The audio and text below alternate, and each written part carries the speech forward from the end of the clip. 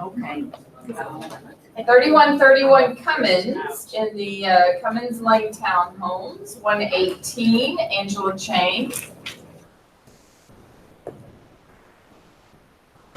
Still not there? No, ma'am, not either here. It's showing live on my screen. Okay, there it goes. Okay.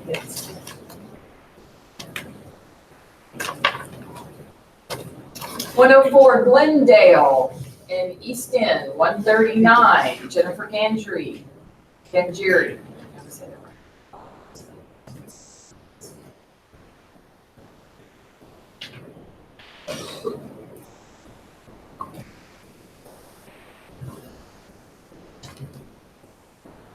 2710 Holly Springs in Pearland, 250 Sabrina Elias.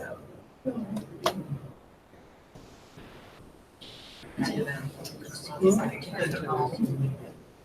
mean, a multi. Look at that. That's cute.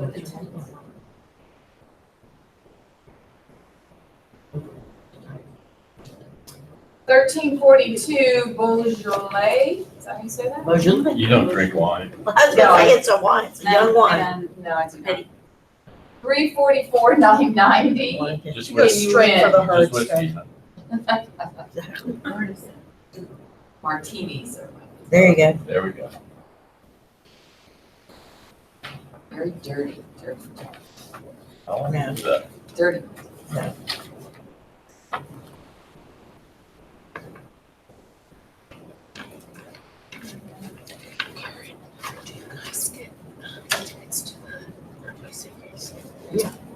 Okay, Lamar Tower.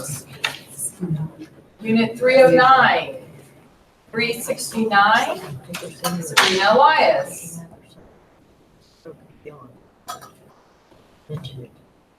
Wow, this looks nice.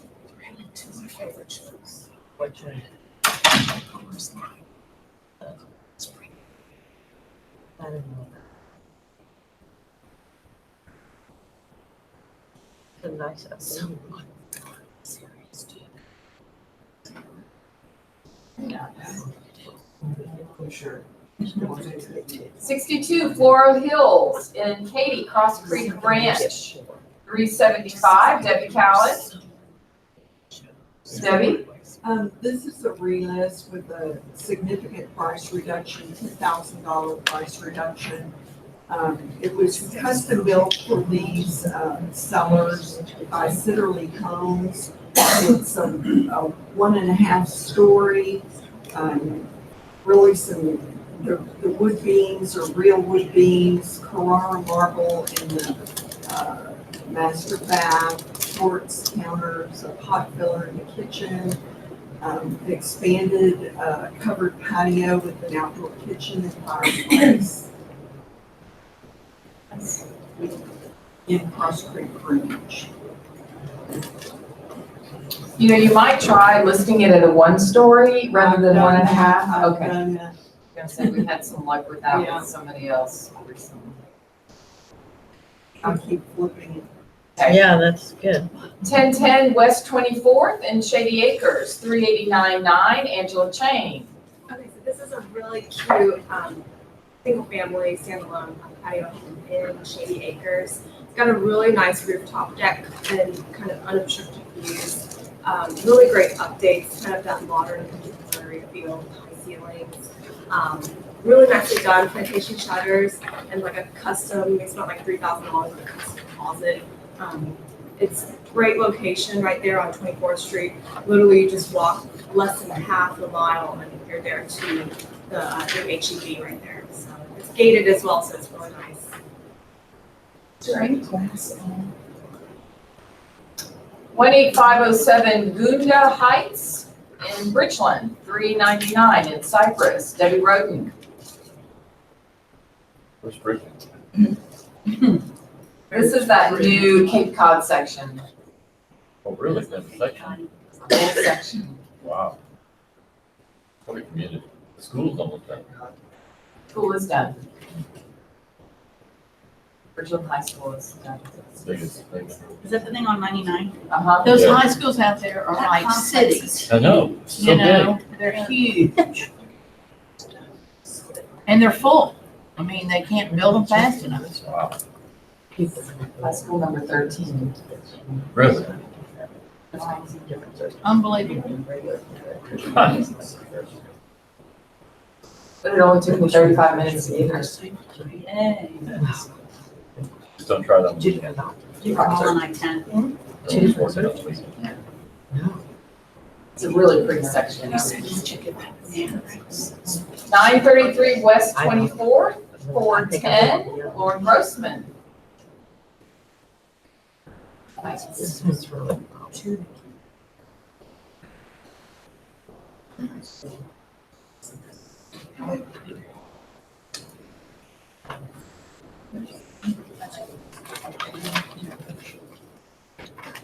Backyard. Nice. 9404 Briar Forest, 424-9 Cheryl Ford. Photos yet, 2411 square feet.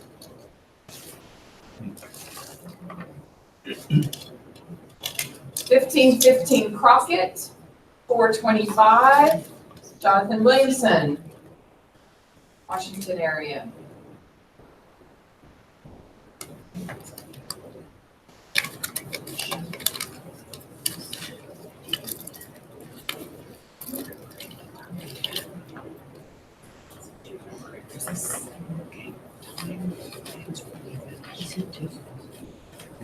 This was in the sketch. No, because.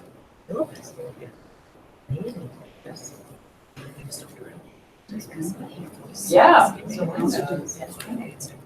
Oh.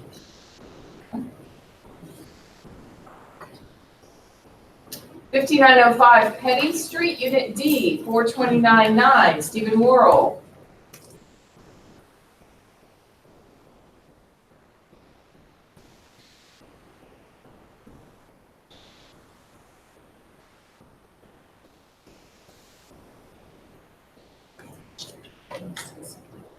$58.16 Kansas at Cottage Grove, 439 Danny Pleason.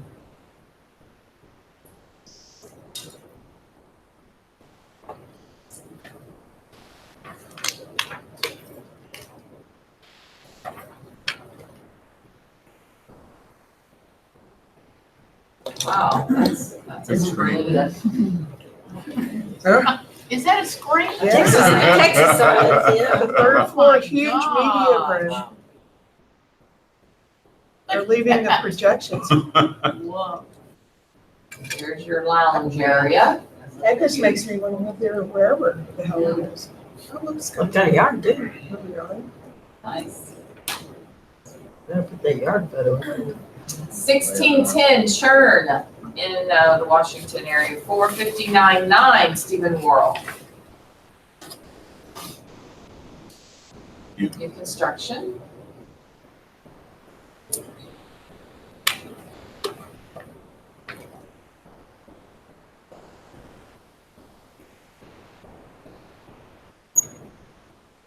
$53.26 Pagewood in Larchmont, 475 Angela Chain. So this is a really cute house in Larchmont. If you look over that, it's like 610 and 59 right there by the Galleria area. And it's, the previous owner updated it like in 2010. It's got 3 bedrooms, 2 baths, and the garage is converted into like a media room area / bar, a built-in bar. So it's kind of nice. And you put in a new AC unit in there just to keep it extra cool. And then expanded the driveway and did a bunch of updates here and there throughout the it's got a really nice little patio area and an awesome backyard. It could be great for somebody who wants land, wants to live there and then eventually wants to build. It's a great location. They don't come up that much in Larchmont, do they? People really love living there. Yeah, Yeah. it's a great neighborhood.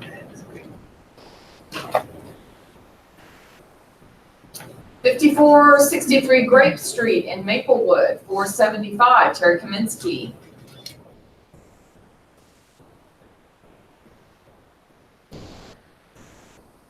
Don't believe it floods on this, in this area. It's probably not flooded.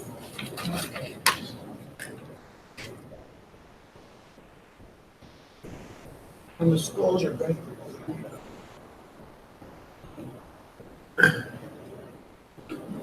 That doesn't say anything. 223 Dietering Street, 500,000, Cindy Fremo.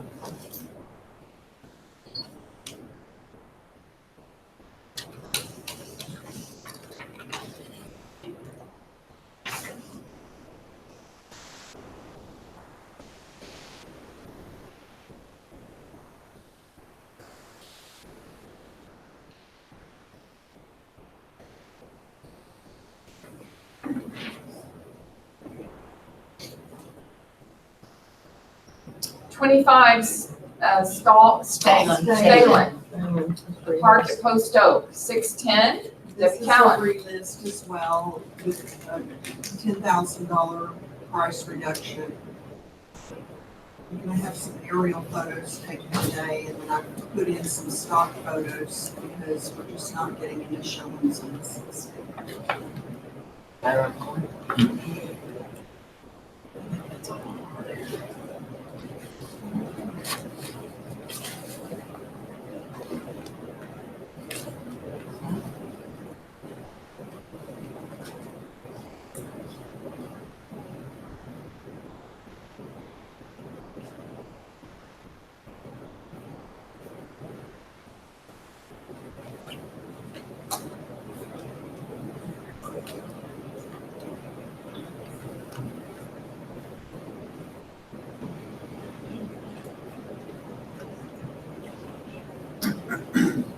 Raintree Place, Unit 57, 675, Carol Lance. She asked me to speak on her behalf. So she just had the photos virtually staged. Those will be up later on today. So please check back for those photos. This is vacant and move-in ready. It did flood in Harvey with the dam release, but it has now been beautifully remodeled. The master and study are down, plus a den and a huge deck up. Great kitchen and baths with a 2-story living room.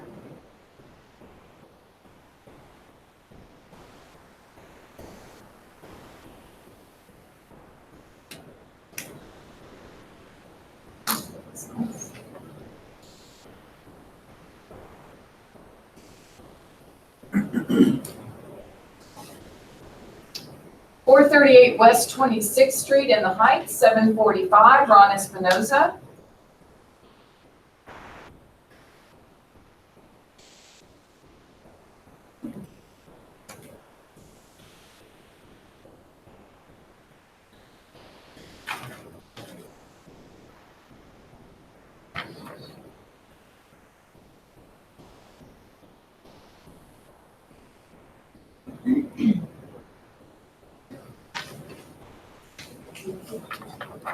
Large apartment.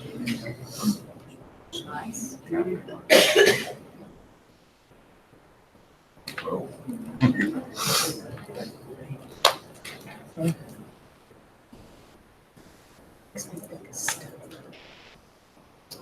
Allen Parkway, the Royalton, Unit 1302, 769, Ina Perlman. Yeah, well, we have a co-listing. I talked about this last week, and it is simply gorgeous. It is so well done. This owner is a decorator, and she just did the most beautiful things. 2 bedrooms, 2 baths. They will sell it with the furniture for $849. Listed at $769. The views, as you can see, are outstanding. It's just gorgeous. Beautiful. It's really beautiful. Everything's quality.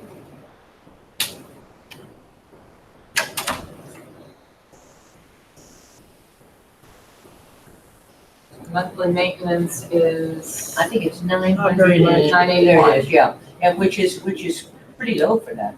Mm-hmm.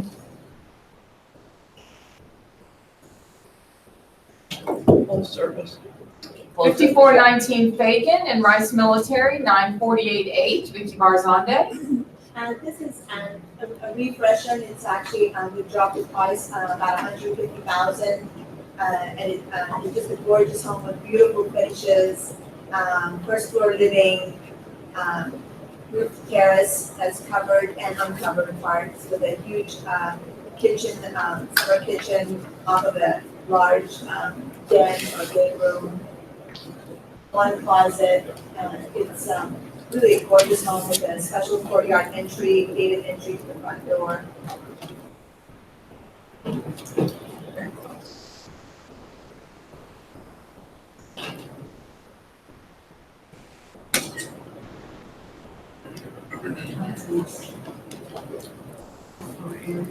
That's nice.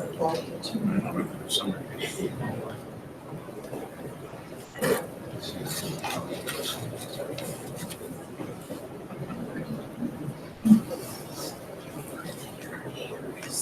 244 Birdsall and Rice Military, 980, Vicky. This is a refresher as well, get a price reduction, so this is an incentive. So it's actually on 2 subdivided lots on a over 5,000 square foot lot. And it has a detached garage, room for a cocktail pool, first floor living, 3 bedrooms upstairs, really grand and nice. How much is it? 980. Nice. Very pretty.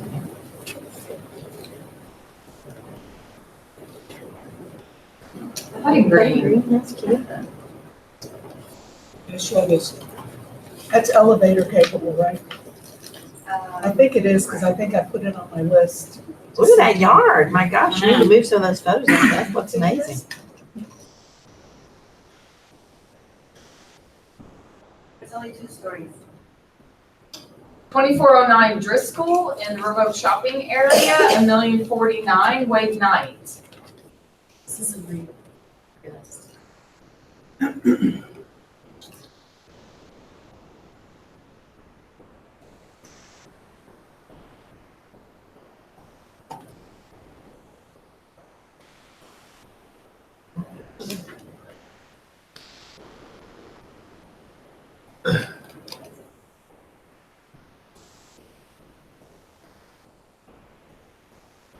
$2407 Driscoll, 1,049,000, also Wade.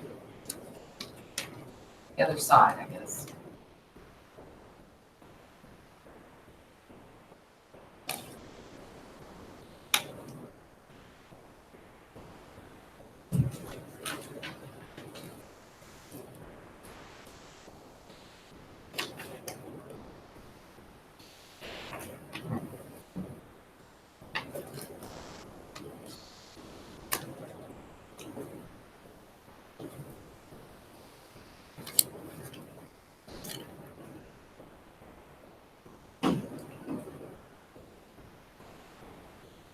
$939 Omar in the Heights, 1,195,000, Kiki Wilson.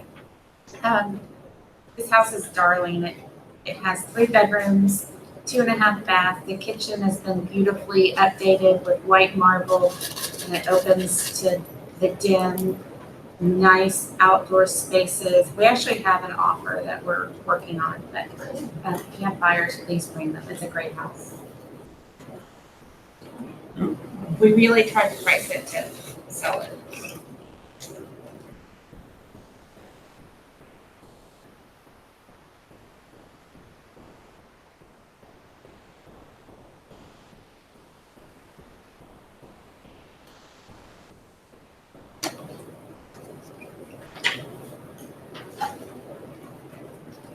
One Hackberry Lane, 1,200,000, Joanne Lamons.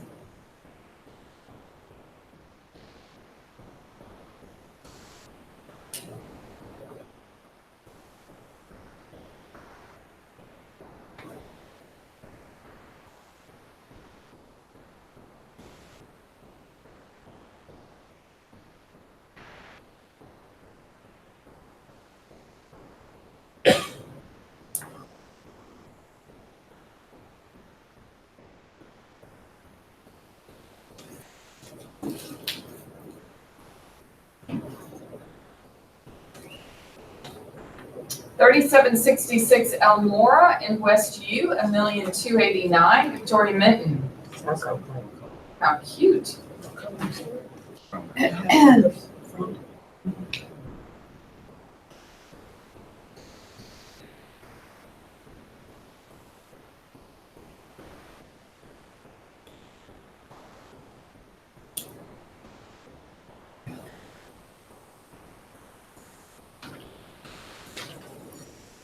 $4054 Greenock in Braeswood Place, $1,399,000. Catherine Brown, Yorkshire.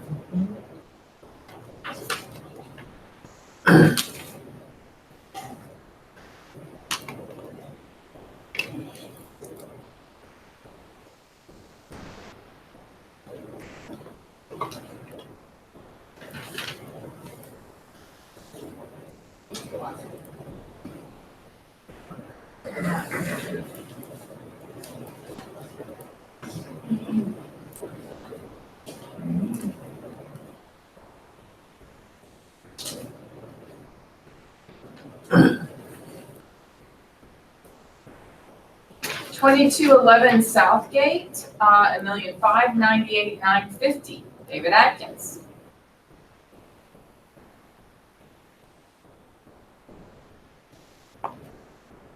This is a relist too.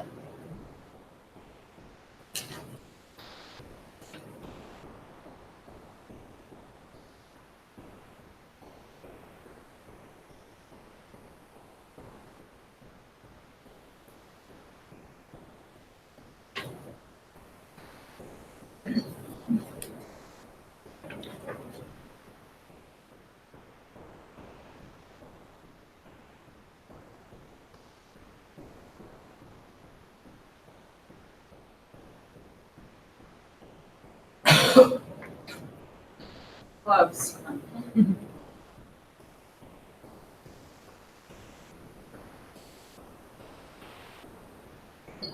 $11,319 Williamsburg, $1,799,000. So this Wow.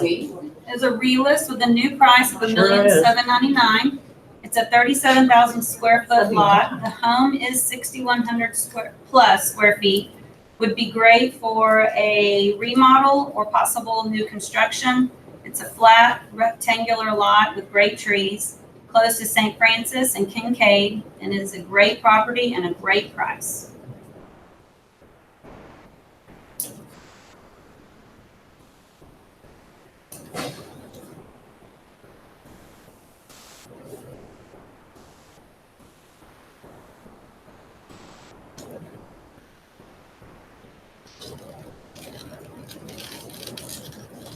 $11830 Longleaf in Sandalwood, $1,975,000. Patty Garrison.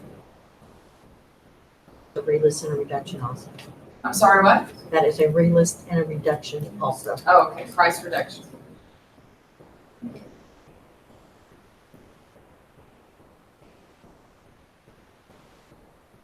Good, y'all are getting lots of price reduction.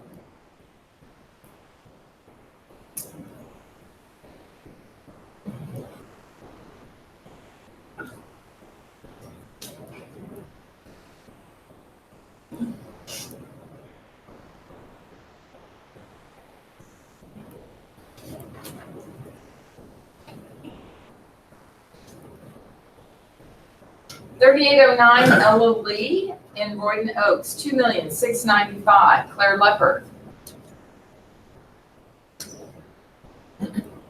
I showed this yesterday. It's an Overstreet house, really nice construction, beautiful rooms, high ceilings. It just needs freshening, but it's a good house right in the middle of the block on Ellen Lane. Room for a pool.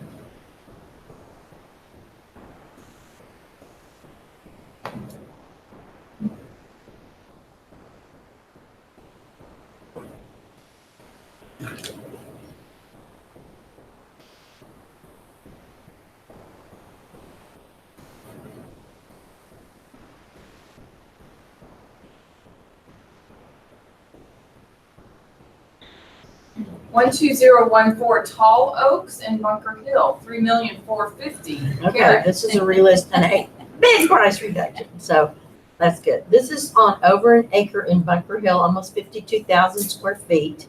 Has a master and 2 bedrooms down in a gigantic yard, putting green. There's plenty of room for everything. The pool is gated. Kite shot of the front, that's virtually stage study. Wow, that looks good. Nice. What? That looks good. Yeah. Dining room, that's real furniture. Dining room, butler's pantry and dining room. New furniture in the living room. It's real furniture, but it's different furniture than was there before. 2-story living room. Everything's really been redone in this house, so it is definitely move-in ready. It just really had price challenge, and so now we're at $3,450,000. So it's 7,800, something like that square feet. 7833. Oh, the lot is 51,955, something like that. The master has a study loft or an art loft, whatever you want to do up there. And there's 2 closets. One closet is finished out, and the other closet, that's the finished out one, and it has a cedar closet in the back. And then the next one, that's the same closet. And that's the other closet virtually staged. So that is just an open space for you to do whatever you want in that second closet. The master. Correct. Okay. And the master bath, everything's been gutted in here, everything. It's gorgeous. It is gorgeous.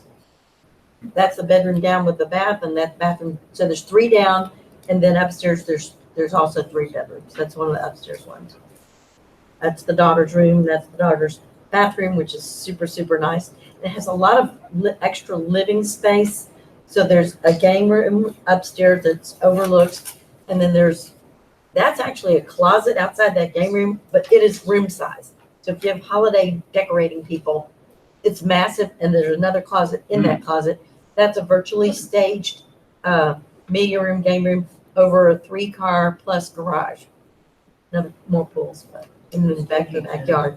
It's a wonderful house, and I think we're priced well now. This is a great success story. So you know how we've heard before that the sellers need a different set of eyes on it, and they need to kind of change things up. So Karen parted ways amicably, and it didn't take 2 or 3 months for them to realize the grass. 2 weeks. 2 weeks to realize the grass wasn't greener, and came back and said, "Okay, now we'll listen." Oh, I love that. So This was after kudos a to long Karen time, for staying the a course. very long. Good for you. Did they My list it grandson's getting to be 6. with, did they list it with someone else first? No. I've had this listing for a very long time, and we had a full price offer on it several years ago, and the seller decided she'd lease it instead. So she did, and the tenant caused a leak and caused damage. That's the reason for the major remodel. God, man. So she probably could have put 250,000 in, but she put $1 million in. Oh. And so it's over improved, to say the least. So Okay, so tell us about Tall Oaks, 3,450,000. So that's what I'm talking about. That's one. Oh. 11849 Wink, 4,245,000. Patty Garrison. That's a realist too. Realist. Yeah. I don't know, is that the same price? That's huge. It's huge. You gotta keep it.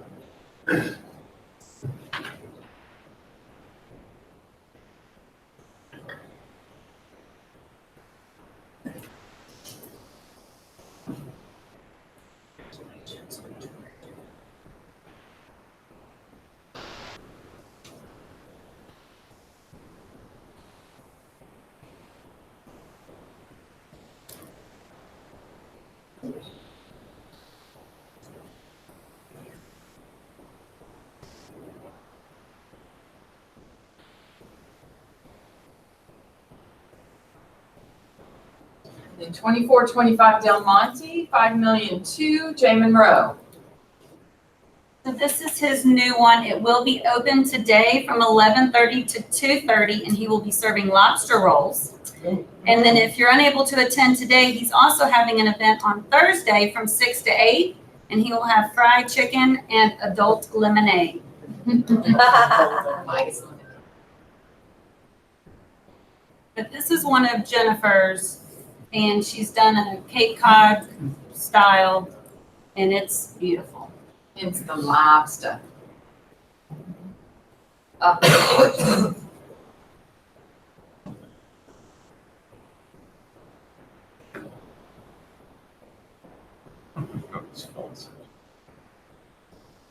Price is back. Oh, yeah.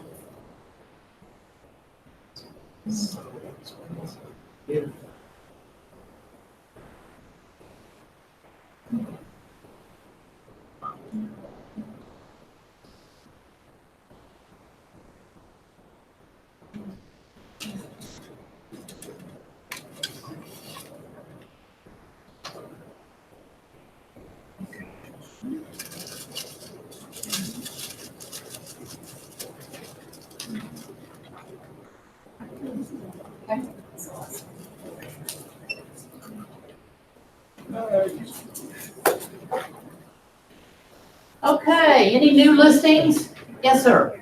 Okay, I got a couple of new listings. I've got an awesome lot coming up in Memorial. It's a half acre. It's on Locktine Way, which is walking distance to Memorial High School, yet you don't see Memorial High School. And the cool thing about this particular lot is it's Locktine Way actually dead ends at 2 cul-de-sacs. Wow. So it's a perfect situation for a family with kids who want to see their kids actually get on the street and ride bikes. That's coming on the market at $1.3 million. I've got another one coming on the market on Pine Hollow, 218 Pine Hollow. It does backs to the bayou. It did not flood.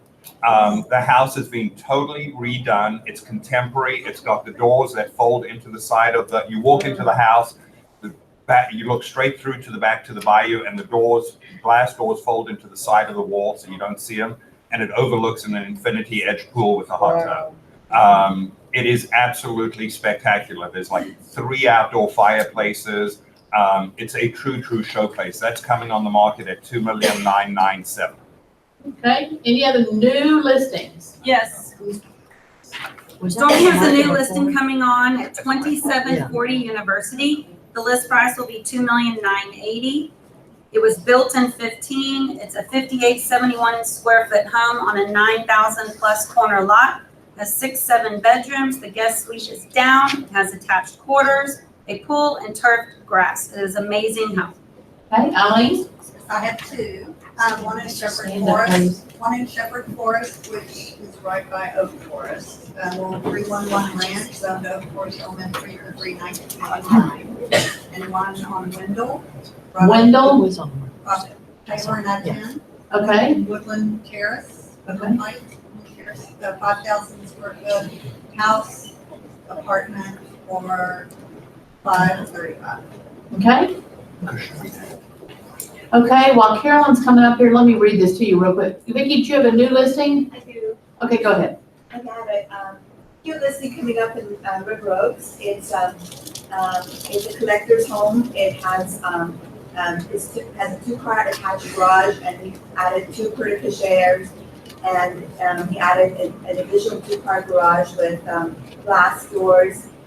He's made it into a studio right now. It's has over $400,000 in updates. It has master on the first floor and an additional bedroom on the first floor. On the second floor, it has 3 bedrooms plus a game room and a study.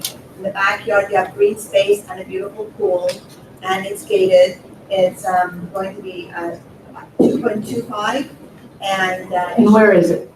It's right across River Oaks Elementary, across from the playground at 3032 Sandra.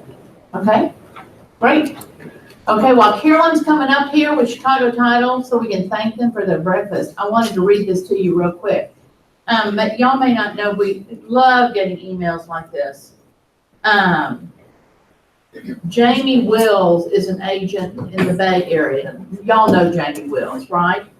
This is from a woman, and this is a very long email. So, Jamie sold her house in 2010, and then last summer she listed it, and they moved to Delaware. Well, fast forward to May 23rd of this year, I accidentally had a package shipped to my old address in Houston. It was valued at close to $300, so naturally I panicked and texted Jamie. I asked her if she could reach out to the agent for the buyer and see if the new owner would please just return the package to the sender. Jamie replied instantly she would do better than that. She offered to go knock on the door and get my package herself. She went by twice before the owner was home. They not only had that package, but 3 others. Some were from Christmas. Jamie took them to the UPS store, had them boxed up, and mailed them to my new home in Delaware. Jamie is a busy woman. She has many current clients to help, shows to organize, photos to take. But on a busy Friday afternoon, she took time to not only go by that house, but to pick up and mail at her own expense 4 packages to me at my home. I do not know many realtors who would go out of their way to help like that, but that is Jamie. You aren't just a client momentarily, you are one for life. She is the very best in every way. And so I thought this was just a lovely, lovely email that Jamie just was so sweet to go by and get her package. Can you imagine 3 packages from Christmas and the owner hadn't done anything about it? And I'm sitting in her house till May. Sorry to those people who wanted Christmas presents, but thank you for breakfast. How about that beautiful breakfast out there? Good morning, everyone. My name is Carolyn Bobo. I think I probably know everybody in this room. But if I haven't, I want you all to know that I've been at Chicago Title with Scott Winland for almost a year. And they're looking at you. Everybody, all the offices. That's right. And we've had a great time there. We work with Mark Archuleta and Noel Phillips. And I also have a brand new escrow officer. He is not new to the business. Come on up, Mike. Mike is, his last name is Nordwall, Nordwall. He is from Peoria, Illinois. Peoria. He decided to get out of the snow after owning a title company for 20-some years, and he also has his law degree. So if you're looking for an escrow officer who knows what he's doing, has been doing it for a long, long time, and also has that law side of it, we have one right here at our Interloop office. We also have a lot of continuity between the Interloop and the Memorial location. So you'll see our escrow officers, Bob Collier's out at the Memorial location along with Mary Kay too. We'll do a lot of open it here, do a courtesy close there, etc. That's enough about us. I'm really excited to hear what Travis has to say from Upper Kirby District. I'm really grateful that you're here today. This was a work in progress. I'm staying for the presentation because we all live, work, and play in that area and certainly do business in Upper Kirby. So please come on up.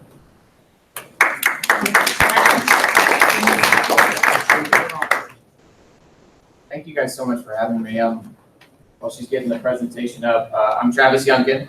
I'm the Executive Director for Harris County Improvement District Number 3, which is our management district at Upper Kirby. And I'm President of the Upper Kirby Redevelopment Authority, which is a tourism redevelopment authority that handles all the infrastructure work in the area on behalf of the City of Houston. So anything that you've seen that's drainage related, pavement related, that's our tourism redevelopment authority. And we also have a 501c3 nonprofit, Upper Kirby District Foundation, which has been DBA with Levy Park Conservancy and has been working on Levy Park. If you guys haven't been by there, I hope you get a chance to do it. Perfect. And it's been a while since I've talked to you guys. It's been a couple of years, I guess. So I apologize if any of the history is redundant, but I'll go through it really quick and kind of update you on where we are today. Upper Kirby really goes from West University on the south all the way to River Oaks on the north, and it goes from Greenway Plaza on the west all the way over to the Montrose area on the east. So Buffalo Speedway to Shepherd, east-west, and then Westheimer to Bissonnet, north-south. And so when we were founded, that sort of logical location happened because it was such a wonderful in-between. It was on the way to all of these great, immediately adjacent areas. But if you go further west, you hit the Galleria Uptown area. If you go further east, you hit Museum District. If you go further south, you hit Rice Village and then the Medical Center. And if you go further north, you hit downtown. So it really is, if you're not on a freeway, it's an immediately interloop pass-through for everywhere you really want to go. So the location is great, but it always was sort of a pass-through location. Not a lot of people stopped in the district. They drove through the district. And you saw that it was evidenced by a lot of the land uses that we had at the time. It's hard to imagine Upper Kirby 10 years ago, 15 years ago, but a lot of the uses were car dealerships, oil and lube centers, adult bookstores. We had a radically underdeveloped area that sort of mirrored a highway land use pattern with our adjoining property owners. This is land use in Upper Kirby. We have a really good demographic in the area, and you guys have probably noticed that better than anybody else. The mix of older sort of historic residential, new multifamily densities coming in at rates that I never would have figured would maintain, but have maintained and grown. The commercial retail restaurant experience in Upper Kirby is sort of a mainstay. It always has been solid. And office with Greenway Plaza right there has sort of bled into the district as well. So we have a lot of great office uses as well. These are our different entities that we have. The way that we use this, I mean, we have one staff that handles all three of these entities, and we use them as tools to get everything done that we can possibly do to make the Upper Kirby district a more attractive place to live, work, and play, and a more safe, clean, and comfortable experience for everybody involved. And it's a place-making exercise. It's how do you make it in a city that's rapidly growing with destinations? How do you make it a community that people want to be in above all others? And we start with the ground up. So our TERS handles primarily drainage projects. We prioritize everything we do by drainage first, and it's been an amazing success story. So I've been with Upper Kirby for 14 years. Kirby Drive was our first major drainage improvement that we did in 2008. So it's been over a decade now since we started that process. Since then, we've put in over $85 million in drainage in that very small area. And so Kirby Drive, Buffalo Speedway, Westheimer has been done, Bissonnet has been done now. And Harvey hit 2 weeks after we tied in the new storm system on Westheimer, and this area had no structural flooding. So we had communities that flooded since Allison. Bad flooding since Allison. Allison was a big wake-up call for us as a district, that we had bigger problems than pedestrian and traffic issues. We had major drainage issues, and the city of Houston and FEMA stopped short of our community at 59, thinking 59 was the high point, and they fixed Kirby Drive all the way down to the medical center, leaving us sort of as a bowl between San Saba and the freeway. So we took that over. We had the increment to do it, and began with Kirby Drive. We've been pushing it forward since, and it's continuing to happen. So we had Memorial Day, people on Westheimer flooded. The tax day issues, we had some structural flooding, and then Harvey, we had nobody flood. So it was an amazing success story for us, and an amazing success story, I think, for TERSs in general, as that conversation continues to evolve, and the city of Houston continues to make cases that CIP is dwindling out of a lack of funds for CIP projects. TERSs are really doing the lion's share of that work throughout the city of Houston, and getting those needed investments sort of front-ended in these areas, and that allows the density to grow in really smart ways. So this is a little before and after on Kirby Drive. You'll see the Shell station, that was Jalapeno's restaurant on the left. The Page Parks building was on the right. And this is a very short time later. And if you look at Kirby Drive in 2010, when all of this came in, you would have thought that we were done, and we're still seeing a major amount of development on Kirby Drive. This is the corner at Alabama and Kirby, right by Whole Foods. It's another corner that's continuing to evolve. It's amazing, those kinds of changes. So our approach to major roadway work is really to fix all of that infrastructure, not just drainage, but water line, sanitary line, allow more than one story of retail or residential to actually grow up and have the capacity to serve that new density, not just today, but 20 years from now.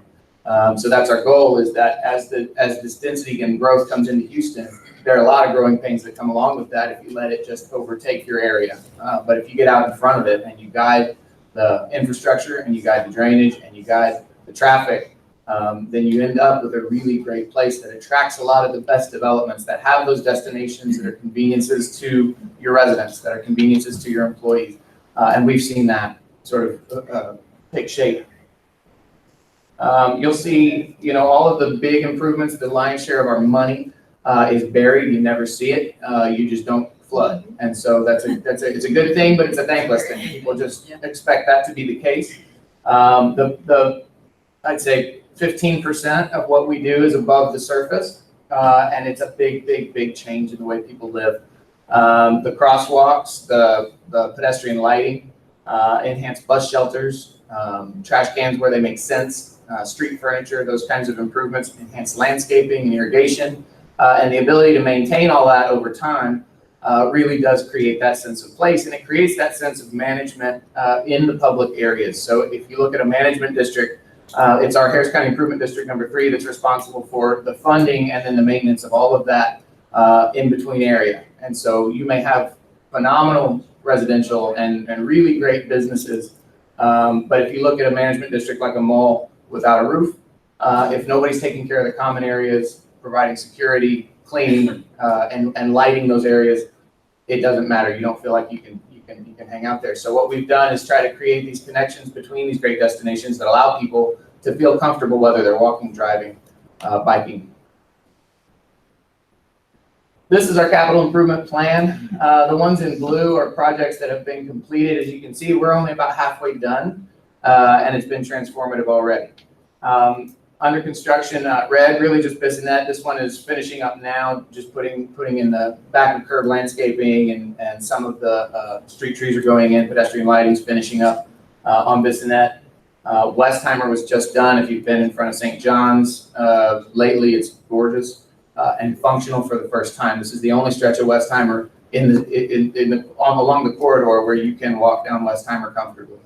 We've got 12-foot sidewalks from Kirby to Buffalo Speedway. So we've got packs of children that for the first time have the ability to move safely together. Prior to this, we had a lot of kids that would walk in the street to avoid one another and would congregate at the intersections. At Buffalo Speedway, you have children that are moving across the street to field spaces. So they're not moving 2 at a time, they're moving 12 to 20 at a time across Buffalo Speedway, across Alabama, and across Westheimer. So these improvements are amazing. Functional improvements to the area that really transform the way that we experience the district. We're also burying power lines. We're taking overhead to underground. So on all of these roads, it's infrastructure, it's burial of overhead utilities where applicable, and then it's the streetscape and pedestrian improvements. And we're going to continue to do that. In green, you're seeing the next sort of phase of projects. I think that's my pointer. There we go. Shepherd, Greenbrier are going to come next. Shepherd first, from 59 all the way to Westheimer. City of Houston did a major drainage project that added a lot to our success in Harvey, north to the bayou. So at the bayou, the outfall, the boxes that are sending water into that bayou are about 90 inches. They're huge. And so what we did was when the TxDOT came through and redid the frontage roads, we had them sort of reroute a lot of the drainage from that raised bayou path that took a long way to get there and hit a choke point where the city had no plans to improve Shepherd South, and took that into big capacity lines all the way north to a shorter distance to the bayou at Buffalo. So we think that's going to further add huge improvement to the drainage in the area. That's the second big system that carries water in and out of the district, north south to the bayous. So we're excited about that project. It's going to be a beast of a project. Shepherd is a narrow street. It's got a lot of driveways. It's got a ton of retail. It's got a ton of properties that are right on the property line. So we're under no illusions that that's going to be an easy construction project. And we're going to take a lot of abuse during it, but it's a worthwhile one. So it's one of the most needed thoroughfares in the district to be redone, just from a pavement condition standpoint, from a drainage standpoint, but from a placemaking standpoint. You can't walk down Shepherd. You can't do it. It's not conducive to that. And we have such an amazing community to the east of us in that Montrose area that it's right for people to be more comfortable getting out of their cars for that last mile, and to connect to some of these big improvements that we've done on Westheimer. So we just did East Side as well that connects Levy Park to Westheimer. And so if you look at this over time, it's going to create this grid of streets. It's going to be north, south, east, west. Kirby Drive is amazing, but it's an A to B. And so connecting that east-west to all of these other destinations, the density that we're seeing on Westheimer and the amazing sort of mixed-use developments that are coming into the area, not just that we've seen already, but have been announced and actually started construction.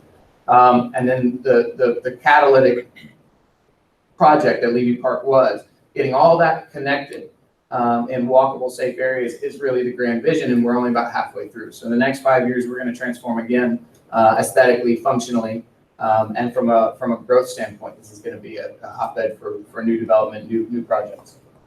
Can I ask a question? Yes, ma'am. And what is the line, the long green line? What street is that? Which one? This one?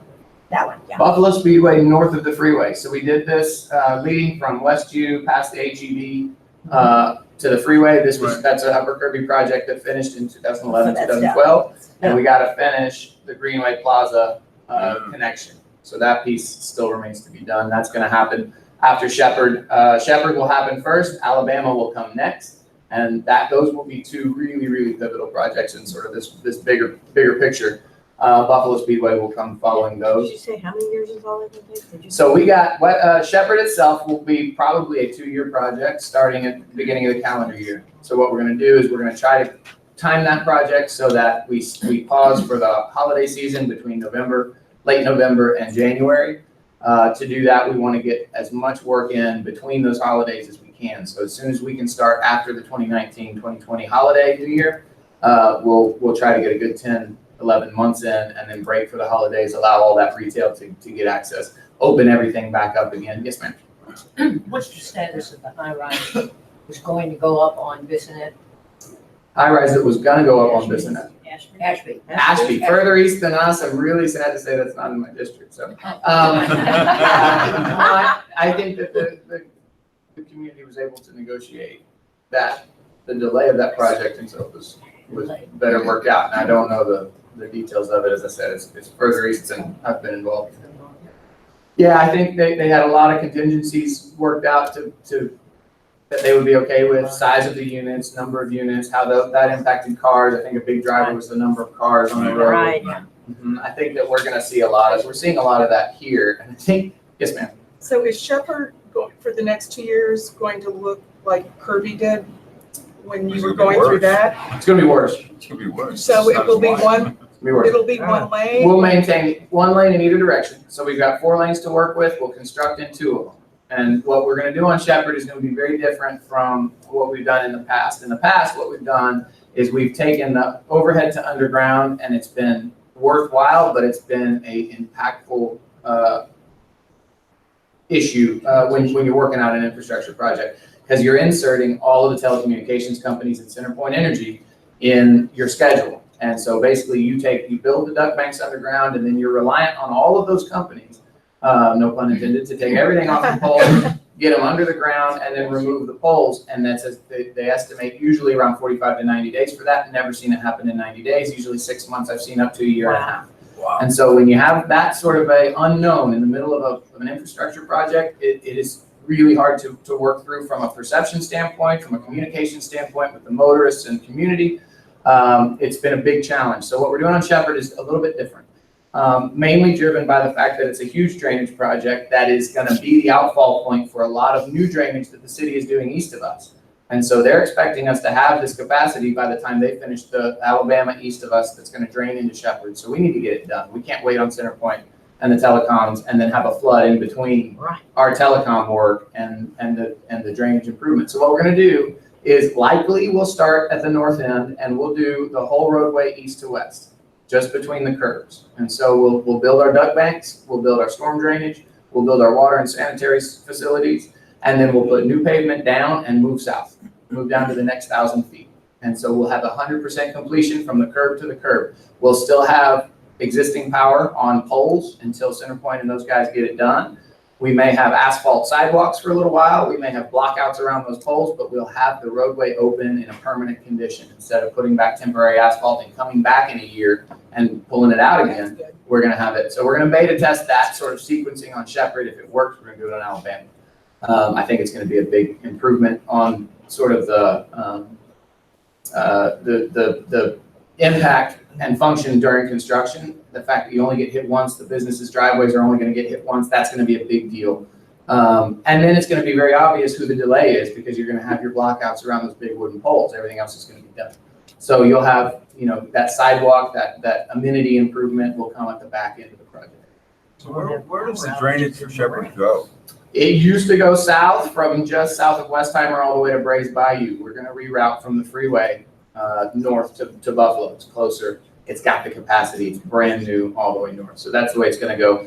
On Kirby, it goes north, it goes all the way south to Braze, from about San Sab is about the high point, or just south of San Sab is the high point, and it goes all the way down. But they still haven't done the work between the freeway and Bissonnet, right? On Shepherd? On Kirby. Correct. Correct. Kirby and Bissonnet, this drainage piece Yeah. was done with 59. That's why they skipped it.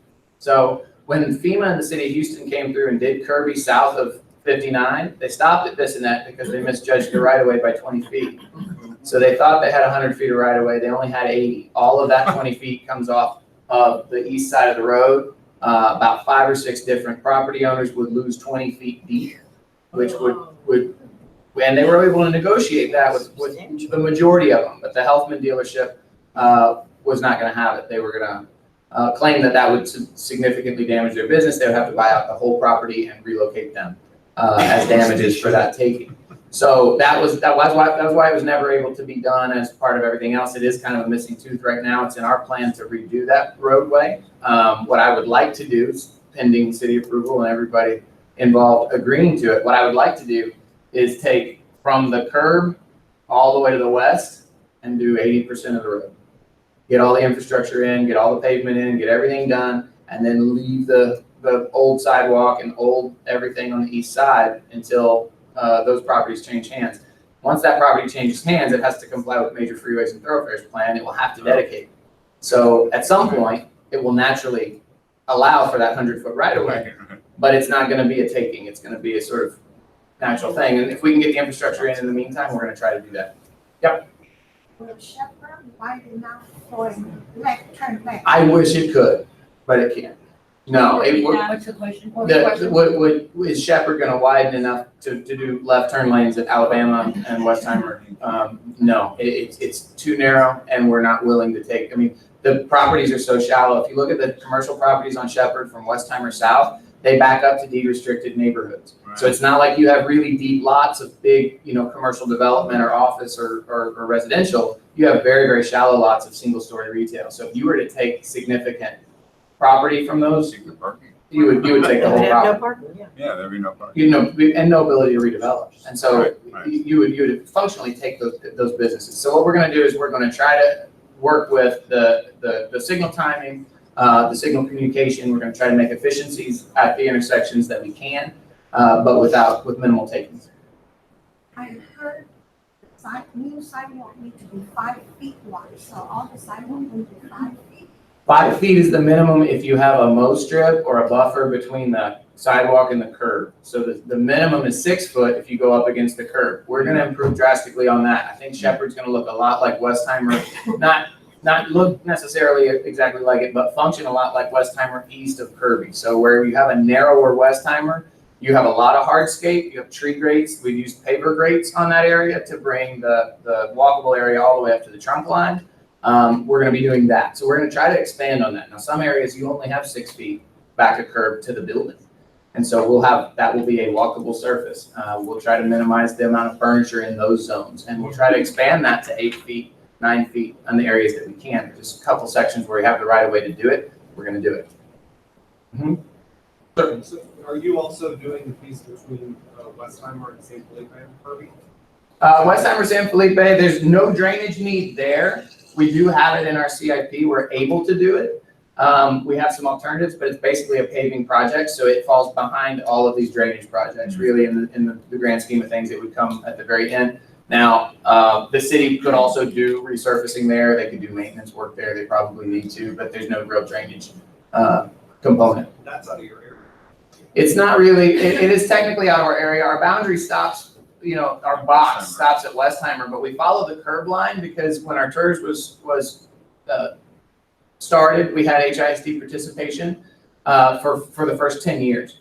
And so our boundaries were drawn to extend on Kirby to take in River Oaks Elementary and be able to benefit that area should we have a project there. So we do go up. We don't take in any properties. There's no taxes that come to the district from that area, but we do have the right of way on the street. We do the same thing on Richmond.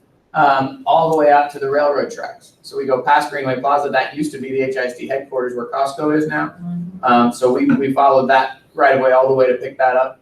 Now it's Costco. But we do have the ability to do something on Richmond that's meaningful further west, which is a big gap. If you look at the difference between Upper Kirby and Uptown, that's city maintenance, and you can tell, you drive through it, it's like Mad Max. But we were able to do some of those corridors and extend at least to the railroad track.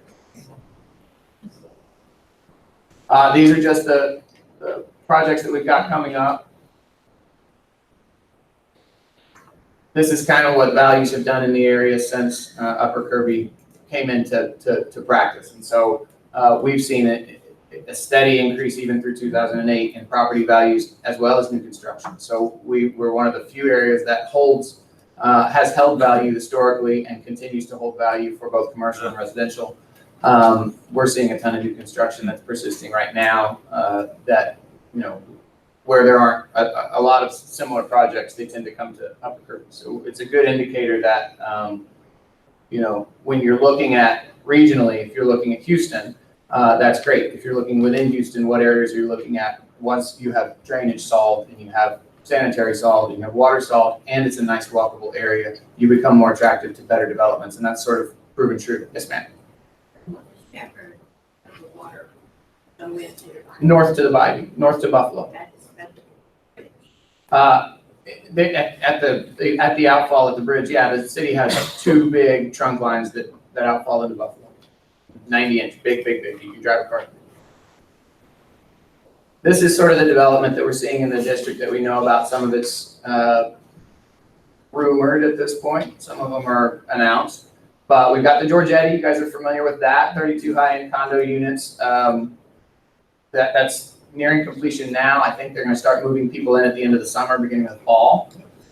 Hanover is doing a 39-story on just to the east of the Georgetti. That's going to wrap around Beck's Prime and take you to Steel Street, which is a beautiful sort of tree-lined street. They're preserving those trees. That was a big deal for us. That was an old Tommy Dickey property. The Dickey family, it was a big deal for them to preserve those trees as well. And they have been instrumental in sort of the development, even from the early 1900s residential developments in River Oaks and Upper Kirby area along Kirby Drive. They've been instrumental in that. And there's that continuity. We lost Tommy this year, but his legacy and vision for this area continues on. We have the other side of that from Steel all the way to Alabama. So really from the West Ave project, the Arrive River Oaks project, south to Alabama, all of this is under construction or about to go under construction. They're starting asbestos abatement at the HEB site now. So they'll probably be demoing that. I don't have a schedule for when they're going to construct it, but it's going to be grocery and likely some other component above, maybe apartment use above. It'll be a fairly big HEB, more of an urban model because it's a smaller site, but this takes you all the way from Virginia to Kirby and from Alabama to Steel. So it's a nice developable block, but you'll probably have structured parking, you'll have grocery, you'll have Underground. maybe, probably not. I would expect they go above ground with the parking and they go similar to the Bel Air model for the grocery, but they'll also have an apartment component. So you'll have that as well. But for this is a good indicator for a neighborhood. If you look at neighborhoods that are trying to attract residential, that's a big obstacle. If you don't have grocery, it's really going to be tough to do. Grocery, gas, schools, all of that. We're starting to check those boxes in a big way because we got an HEB at Dunleavy and we got an HEB at Buffalo Speedway. So to have another one here, those two stores are restocking 2 to 3 times a day. So there's a need for it in this area, which means we have a ton of density coming in. And right across the street from Whole Foods, and I don't have any doubt that they're both going to succeed there. Poor little stalkers. That's right. Yeah. So you have that. You have the Kirby collection, which retail is starting to finish build out. The apartment and residential are open now. They've got apartment, residential, and retail on a very large block. If you're talking about Ashby High Rise, this is the way to push through an Ashby High Rise in a community if you really want one.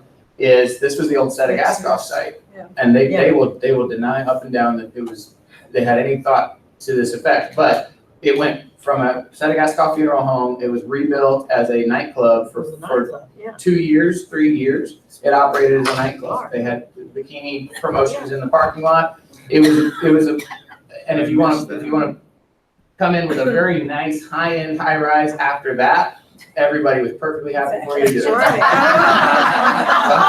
Bring it in. That's right. So there was no thought to that, but I think it was a brilliant turn. So Heinz is building a senior living?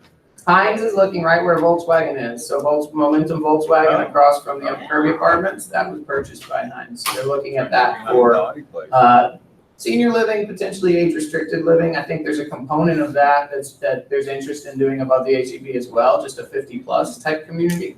That's what the market is sort of leaning towards in this area. So what we have in Upper Kirby, you would think that it's a bunch of empty nesters. It's really a lot of dual income, no kids that are moving in. A lot of out-of-town international residents are coming in. A lot of established professionals that are not anywhere close to retiring or empty nesting that just have the ability to live in these type of high-rise units and that kind of thing. So we're seeing a lot of that.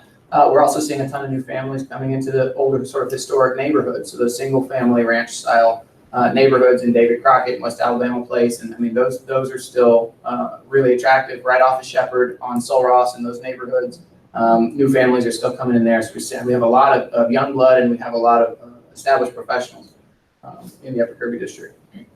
Is the Heinz project and the one, going over the HEB, is it going to be a for sale project or is it going to be rental? I believe both of those are rental. But sort of to condo quality. That's kind of what we've seen in the area is they build the rental to condo quality. That's what West Ave did. And as long as the rental works out, that's great. It allows them to get it built. The Georgetti was an interesting one. Just because, I mean, when you build a condo, you got to have them 51% sold before you can start construction. So it's easier to convert than it is to build it outright. So there may be a couple conversion plans in here somewhere, but nothing announced. We've got, this is the best kept secret in Upper Kirby. If you guys know people that know people and have an answer to this one, I'm all ears, but I don't have an answer to it. This is the Shell station at 59 in Kirby and the property that wraps around it. It used to be the Miyako one-to-one fitness. And that tower, it's been vacant for years. They demoed it right away. They fenced it and it's been that way for 2 years now. So it's an out-of-town owner. They don't have any immediate plans on any of the retail or real estate sites to develop. Out of the country? Out of town, yeah, in the country, but they're looking at, at the time, the rumor was they were just trying to get the improvements off the tax roll because they were gonna sort of hold to build. It's gonna create a problem for them with the impermeable area because now that's all grassland, so it has been for 2 years. So that's gonna be interesting to see how that works. We've got, the HEB owns Shepherd Plaza also. So that whole vacant Shepherd Plaza area from the Richmond frontage all the way down Farnham, that whole sort of odd shaped property is HEB owned and has been for 6 years now. No immediate plans to redevelop it, but they are waiting out some long-term leases in that area. I don't know if that's going to be something that they end up selling or that's something that they end up developing as well, but that's a big property that's also owned by them. The other big one is this is a 16-acre site, the Coke Industrial Bottling, one of our only industrial sites in the district. It's a big site. So that's going to be a really interesting project. Whoever ends up developing that, it's going to be several different uses. It's no way that that's going to be one multifamily project. It's going to be a mixed-use project. And what you've got is Heinz, brand new apartments over here. You've got HEB grocery here. You've got the Belmont apartments on the other side of it. You've got an old post office that may not be a post office for long. So, I mean, all of that right across from West University, brand new street and streetscape improvements with a signal at Wake Forest to get people across the street. That's going to be a pretty exciting site once it redevelops, and that's coming in the next probably year. Yes, sir. Will you be able to share some of these slides with the rest of us? Yeah. I can absolutely get it. It'll be on the sales meeting. Oh, great, okay. Right, and this map is subject to change. It's just one of those things. So take it with a grain of salt. You know, I wouldn't advertise any of this as bound to happen because I've seen these things delay and or change entirely right up to the point of construction. So, yes, sir. What do you know about the high rise that's permitted on Welch between Shepherd and Very little. Shepherd and what? What you know about it? Oh, I heard this. They're doing a project there. It's out of my area, so I haven't followed it very closely. Is that not? No, sir. So there's a lot of interesting stuff going on that direction, and there's a lot of interesting stuff going on up toward Allen Parkway, further up Kirby from us. Hanover's doing a big project along the bayou that's going to be really exciting up there too. That's going to be multifamily, mixed use. Audrey Park, I think, is right there. They're going to enclose that and take over some of the maintenance and operation of Audrey Park, which is really exciting because that could be a cool project. But no, I don't know. On Allen Park with Thompson. Yeah, that one too. Midway's got some stuff up on Allen Park. So it's a big time right now for new construction, I think, in this area. And there's a lot of things that if you asked me 5 years ago if we're going to see a lot of this use, I would say no. You'd say you're crazy, but you're seeing a ton of it coming in right now, and it's still underdeveloped. You got the Office Depot, Papacito's corner at Richmond and Kirby. That's single-story retail. It's not going to be for long. I mean, once that's figured out, that one goes too. So if you drive around the district and you see all the new stuff, you're missing the forest for the trees because really it's mostly underdeveloped. It's mostly still single-story, still 2 to 5 story office along Richmond. Right now, we've got a property that we used to own at the corner of Richmond and East Side. It's about an acre site. It was a 2-story office building. We operated it for a long time with our foundation for nonprofit tenants. We sold it several years ago when we redid Levy Park.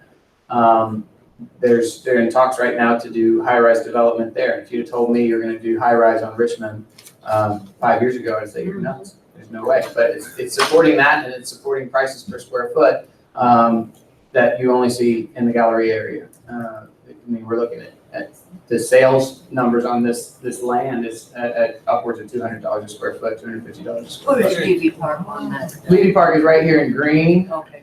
and I'll get to Levy Park. Yes, ma'am. You know, all the area behind Lamar, all of those 1 stories, is anything going on there? You heard of anything happening there? So if you go West Alabama. West Alabama area, a lot of those are operating businesses and that kind of stuff. The only area is the old office Sackett, the Berlini property. They've moved some of those single family houses around. I think that's another deal where they got to sell 51% of it. And it just hadn't happened yet. I heard that they were putting up a rental unit now, Burlingame is. Yeah. Because he did not sell. Yeah. 51%. Yeah, I think So he's gonna do it as That was rental. Villa Borghese or something? I think there's a lot of that. I mean, Yeah. that's why a lot of the apartments, the higher end apartments in this area, uptown area, if they're done as apartments, they're done to condo quality, a lot of the finishes are really, really nice. With that as a back out option, they can always do that. And they're not, and what's really promising to see from a district perspective, from a public perspective, is that these properties are being developed to a standard where they want to buy them and operate them. They don't want to buy them and build them and flip them. So you don't have these changing ownerships of these, semi decent apartment buildings. You have really, really nice ones that people are looking at. What do I do with this in 20 years? And they're building it to that standard. So that's really good to see. Public art is something that we're engaged in. We're going to continue to be engaged in as a foundation. This is sort of where tax dollars are not best used. We use our foundation to raise private funds. We use our foundation to go out and improve the other aspects of the community that we can. The Searles on Kirby was our first big public art piece. We're not in a hurry to do a whole bunch of public art. We just want the public art to be meaningful and seen by people. So public art projects historically in Houston are hidden in city buildings and fire departments and administration buildings and those types of areas. There's very few really visible public art pieces. And the corner of Westheimer and Kirby is 50,000 cars a day, and it's people, the rodeo parade goes down this street. The Houston Marathon goes down the street. So if you're visiting Houston and you have a destination downtown or you have a destination in the medical center, there's a good chance that you're going to see this public art. And that's what makes us different from other communities. There's no shortage of quality neighborhoods and quality communities, but they all tend to look the same city to city, especially within Texas when you get into these urbanizing environments. And a lot of these developers that have projects in a lot of different areas, the buildings tend to look the same. So if you don't have these sort of anchors in cultural identity, you really don't stand out as a place. So you may hate it, you may love it, but you're talking about it, and that's a success for us. Levy Park has been probably our single biggest success and probably our cheapest capital project that we did. So it's not a lot of money, but the community benefit of this park has been outstanding. This is an internationally recognized park. As of last year, it won the ULI's International Open Space Award. It was up against a project in Madrid. It was up against a project in China. It was up against a project in California and one in Maryland. And it won. It's a 6-acre space that has been here since the 40s. And when I took over the maintenance and operations of Levy Park on behalf of the city of Houston, prior to our renovation, we were doing about 25 to 75 visitors a week. As of last month, we were doing about 8,000 visitors a week. So the idea, this is the way it used to be. It was a north-south park bordered by properties on the north and the south before you hit the transit connector. So it was hidden by properties on Richmond. All of those properties wanted to face Richmond, so they turned their backs to the park. They had an amazing 6-acre, 5.5-acre backyard. They gave it the dumpsters, the air conditioning units, the wrought iron fences, no pedestrian connections to the park. You had to go out on the east side to get to it, and there was no sidewalk on the east side all the way through Richmond. So it was not an accessible park. It was not a visible park. 59, same deal. You want to turn your building to face the cars per day. So we got the back end of the Girl Scouts. The Girl Scouts of America had no connection for kids or anybody to walk out to the park behind them, immediately bordering them. So we had a lot of problems we tried to figure out with Levy Park. This is a 14-year overnight success story. And it began with a lot of real estate work. It began with a lot of decision-making that, you know what, in its current configuration, this is never going to be a destination park. We only have 6 acres, 5.5 acres at the time, of green space in the area. If you drive through Upper Kirby and you look on your GPS, outside of St. John's, there's a lonely patch of green and it's Levy Park. And so it was important to us that it be more than a baseball field. Because if you weren't playing baseball, you had nothing to do in Levy Park. We had a ball field down here that was non-regulation for softball or baseball. So really it got practices and kickball tournaments. So people would come out here and drink beer and socialize and play kickball about once a week. And the rest of the time it was completely dead. That was probably half of our 75 people per week were the kickball game. And so we put a community garden in, we had community gardeners, that was great, but it was a few amount of people benefiting from the space. It didn't open up to the vast amount of density that we have. So we owned this property. When Luskin Library was looking at relocating, we bought this property as a foundation. It was an old 2-story office building, foundation was collapsed, it was vacant. We were going to relocate the library there. They were able to raise the money to rehab it in place, wanted to keep it in that community. So we had this site with nothing to do. So we started looking at adjacent, catty corner uses to the park that made sense. We looked at a natatorium for local high schools that didn't have them to use for swim meets. We looked at performing arts, visual arts theater that was somewhere in between the hobby center and like an 80 players, so that, if you weren't ready to go to Zilka Hall, you still had a place to perform. We looked at that. We looked at a YMCA. The numbers for a YMCA were outstanding. YMCA actually decided that if we were to build a Y here, it would cannibalize all of our usership from the weekly Y. So it didn't make sense for them to do it because it was too close and would pull a lot of their users. So what we found was that we really needed more. We needed more adjacency to the park. We needed to expand that park space and green space. We needed to solve the visibility and connectivity issues. So we had an opportunity. This was Mike Atlas owned this building. He was the one who developed and built 2727 Kirby. This was their leasing office for a long time, old 2-story office building on stilts. Mike Atlas passed away, and his wife Sherry took over that property. I was looking to get rid of it. We were looking to buy it. So we purchased that. Then we got the Wake Forest Apartments, which was a 1970s apartment complex that was running down at best. And we let those leases run out. Did not renew leases, and ended up having this space too. So we had a site that was really about 11 acres. This was all City of Houston property. We were able to have our redevelopment authority combine these and purchase these and be the owners here. What we did was sort of groundbreaking with the City of Houston. Took a long time to get through, but we dedicated this to the City Parks Department. So that Wake Forest apartment building was deeded to the city, and we decommissioned this southern piece of the park. And had that basically swapped to the redevelopment authority. So the Upper Kirby Redevelopment Authority owns this site, and we still own this site. And now Levy Park is a east-west configuration that connects to Wake Forest. We redid Wake Forest so that it connects to the freeway, has on-street parking now, connects to Richmond, adds some circulation to the park that it never had before, and opens it up to access and visibility that it sorely needed.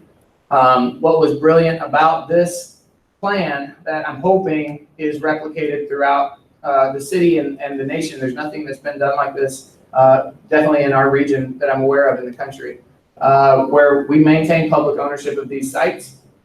We put them on 99-year ground leases, and the revenue from those leases pay for the maintenance and operations of this park to a world-class standard outside of the tax dollars, outside of the city budget, outside of charitable giving for 100 years. So my kids and my kids' kids will see Levy Park the same way I saw it, and we can feel confident that we're handing over an asset to the community that is not going to fall into disrepair, because the issue with a brand new park in 10 years and 20 years, what does it look like? You know, what an open space by itself does not raise property values, does not make it livable. If it's poorly maintained and not activated, it's inhabited by the people you would least want to inhabit the park. It's a space to go, space to tuck out of the way and hide. And that's what Levy Park used to be. It was a very dark area. What we've been able to do here is solve the physical problem, solve the sustainability of the park, take that off of the public funds, keep it to a very, very high standard for a long, long time. But we've been able to also look at programming the park. Did you say 8,000 a day? 8,000 a week. Oh, wait. There we go. There you go. We have a very dense program at Levy Park. We're able to employ a staff at Levy Park now for the first time. So we have full-time maintenance sanitation staff. They do everything from the horticulture, maintenance and upkeep, to bussing tables. We have over 600 pieces of movable tables and chairs, movable furniture. That's a big, big improvement that nobody really notices, because you can sit at the park wherever you want to sit at the park with whatever size group you have. We don't tell you how many people are going to sit on what space. You can move that wherever you want. If it's sunny, you move to the shade. If it's cold, you move to the sun. If it's raining, you can go under cover and you can take your party with you. Light enough tables and chairs that anybody can pick them up and move them easily. Free Wi-Fi, public Wi-Fi, so that you can take your laptop out there and stay if you want to, that you can connect on your phone and do things on the Wi-Fi system. We have convenience outlets so that if your battery is low, you can charge your phone there.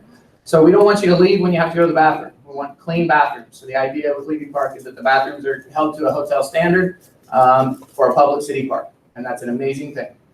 It really does make a difference in the way that you approach a space, the way that you treat the space, and your willingness to come back. So one of our metrics that we use at Levy Park to determine success is our demographic makeup. And right now we have, by far, our biggest demographic is children, followed by dogs, followed by women, and then men. And so if you have heavy percentages of users being women and children, they feel safe there and they feel safe going there by themselves. And that's a big indicator that you're doing the right thing in that space. So we layer that, you know, every time you go, you have the little tables and chairs, you have the convenience outlets, you have the Wi-Fi, you have art and games carts, so you can check out games, you can check out crayons and colors and paints. We update those every day. We have a program staff that will help kids learn how to play games they don't know how to play. They'll help them work on art projects. They do an art craft of the week, put that up on social media. They have contests with them. They do children's bingo competitions. They do Connect 4 tournaments. They do ping pong tournaments. All of those things to engage people while they're there, give them a reason to come back. Yes, ma'am. I used to do Tai Chi in McAllen for 5 years, and I brought the Tai Chi for free on Thursdays to Levy Park. Thursday morning. 9 to 10. Yep. Yeah. It's been outstanding. Yeah, no, we had like 20, 25 people out there last Thursday. It was great. And so Thursdays at 9. Thursdays at 9, and our schedule's up on our website, LevyParkHouston.com. Social media is very, very active for Levy Park, so connect with us there if you can. Find out what's going on. But we layered on top of all of the things that you can find every day. Water feature for kids is a big deal. In the summer especially, but they will use this in February if I turn it on. So that's a fun one. It drops water from above. They take pounds and pounds of water on their clothes off into the park. I was amazed at the amount of water loss that we have. Children can hold pounds and pounds of water on their clothes. So we've been managing that. But all of that is layered with weekly programs. So your health and fitness programs, your wellness programs, your educational programs. We're partnering with the Museum of Natural Science. They come in and talk to kids. Houston Public Library does readings at the park. Did a program last year called Positive Pups, which was amazing. They bring in therapy dogs and let the children read to the dogs because they don't stop them and correct them and judge them. And so it was really, really a fun thing to do. The dogs can sign up online ahead of time and pick, or kids can sign up online. Dogs don't get signed up online. Kids can sign up online and pick the dogs that they want to go with. They used to do it every month. The summer they sort of toned down. The library tones down all their programs, so we'll keep that off again probably in the fall. This is about a 3-month-old number, so we're closer to 8,000 now. But this is our breakup that I was talking about. That's something that we actively follow. You can see that most of those people are in this area right here. This becomes an area where you can very quickly just be shoulder-to-shoulder kids for hours and hours. So our average stay at Levy Park is a 3-hour stay. Wow. That's amazing because I have kids and my willingness to stay at a playground is about 45 minutes of my patience, and their willingness to sit with me at a restaurant is about 45 minutes. So if I can, give the grown-ups something to do and the kids something to do, then everybody wins. We get a 3-hour trip to the park. But they can move from the play areas, which is a lot of environmental play, over, under, through. We have tunnels, we have mounds, we have berms. We're not telling you a lot of spaces where this is how you use this space. Letting them do what they want with it. And they've shown us a lot of things on how this space should evolve and be maintained and be used in the future. We can get our 75 visitors a week on this slide at any given time. This is kind of how we've looked at our program, in zones and how we've done different things. You'll see what we do, dog-specific programming, we do kid-specific programming, young professional-specific programming, mom and me type stuff. Something for everybody that's going to pull people into your traditionally dead hours. So, 10 a.m., 11 a.m., 2 p.m. weekdays, we have a busy park. And that's partly from the programming, partly from the environment that you get back there. It really feels like your backyard. I mean, we see a lot of people in Levy Park take their shoes off. We see a lot of people take a nap. And if you're in the middle of the Upper Kirby District and you're willing to take a nap out in public, that means that space feels comfortable. And so that's a big indicator for us too. Reading books, those kinds of things, but it happens 18 hours a day. We have people there, and so we don't have to do a lot with visible security or visible deterrence. We don't lock down any of our tables and chairs. They're very expensive. They've been out there for 2 years now, and we've had no loss because people behave better when they're being watched, and people behave better when the space is to a standard where it demands good treatment. Just some of the program specifics for the last year.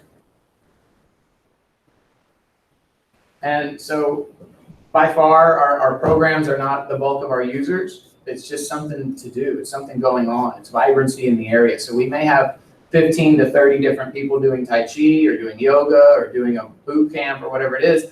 But if you're just visiting with your dog or with your family, you see all that activity going on and it becomes a vibrant place. There's stuff happening. There's community engaging, whether you want to participate or not. We have people that want to be alone with other people. We're seeing a lot of our Wi-Fi statistics is Netflix. I mean, they're hanging out with the community to watch a movie or to watch a show. And they don't want to, a lot of people want to be with each other to be by themselves sometimes. And they're willing to do that in these kinds of places, which is good. It feels like they're living there. Some of the programs that we've had, Zumba's a big one. If you haven't seen that, that's people watching at its best. Arts and games, imagination playground, blocks that kids can make whatever kind of play they want. They want to build a fort or an obstacle course, they can do it. And that's every day you can find that at Levy Park.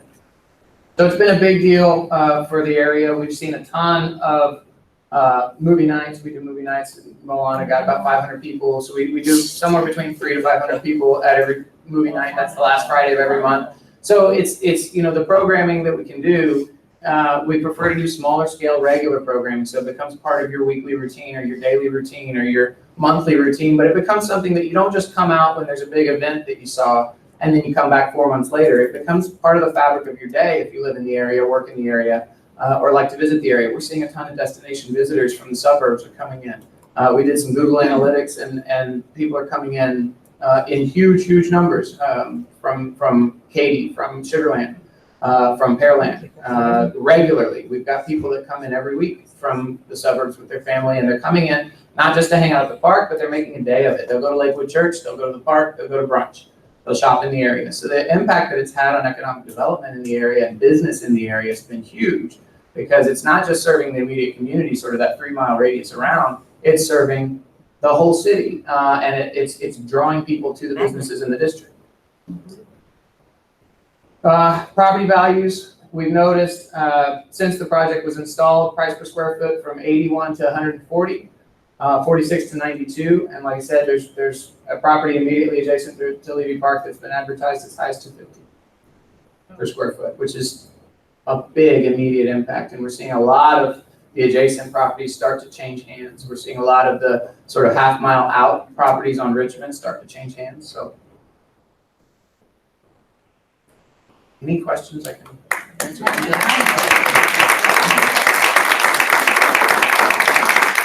I've been hearing about Levy Park for so long, I've got to get over there and see what's going on. Bring your dogs. Thank you, yeah, I'll take my dogs. Yeah, bring your dogs. Yeah. The bring dog dogs. park's amazing. Oh my gosh, Travis, thank you. And we'll send out, Thank you, Travis. Thank you.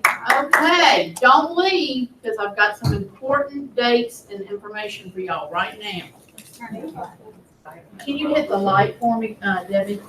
I just have one really quick announcement. We really like to highlight our employees when they hit significant milestones and recognize them and congratulate them and everything.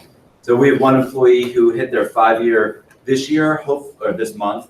Hopefully you have all interacted with him in a very meaningful way. So Chris Reeves, congratulations on your 5 years. So you get a whole bunch of food. Hey, we love food. You get a certificate and a letter from now Philip White, who is our new CEO. So, Chris obviously does a lot, and he's super instrumental in the look and feel of our company to the public and how you present your house, your listings, and everything. So I just really want to thank Chris for all of his work and dedication and everything he does for you guys and for us.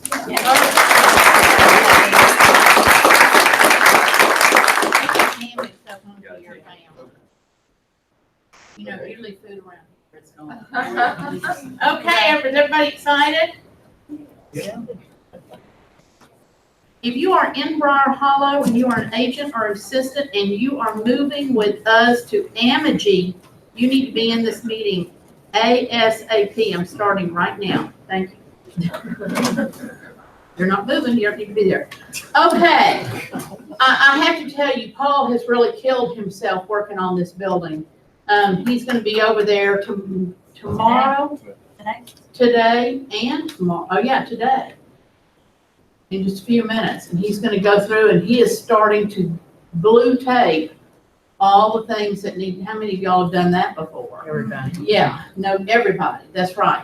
So there are some things that we need to, it is closer than you think, and y'all are getting ready to go on vacation, we're getting ready to go on vacation, so I asked Paul yesterday, please give me a timeline, because we need to know this.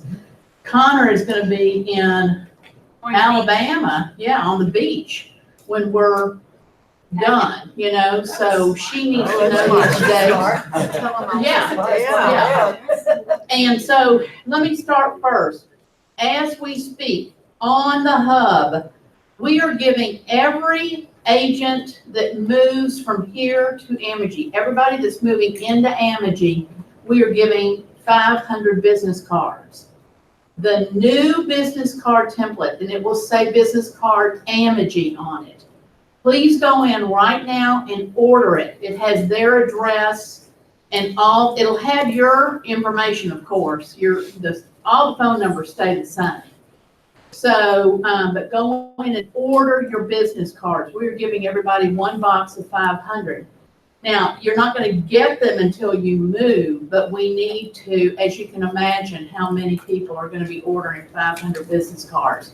So it will help us if you go on as soon as possible. It's on the hub under where you order business cards. And And Right here, so, under supplies. under supplies, yes. Under supplies. And it'll have all the Amagi address and everything on it. Let's go ahead and get that order. Number 2, when we did our first purge and had the trucks come and throw everything away for you, it was very confusing to Amory. He was racing because people would say, okay, I need 2 boxes. No, I need 3 boxes. No, I need 4 boxes. No, I need 5 boxes. No, I need 6 boxes. You know, under supplies, there's a place for purge boxes. They don't cost you anything. But if you know that you're going to have more stuff to throw away, please go in and order however many boxes you need. And it says order 1. You see it? Under agent. It's under agent supplies. Go back.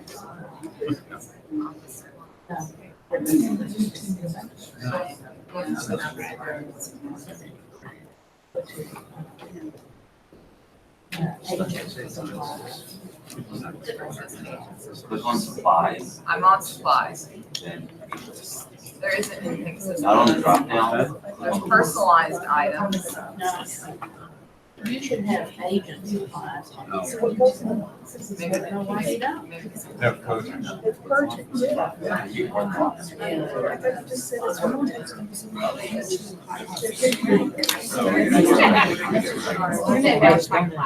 Okay.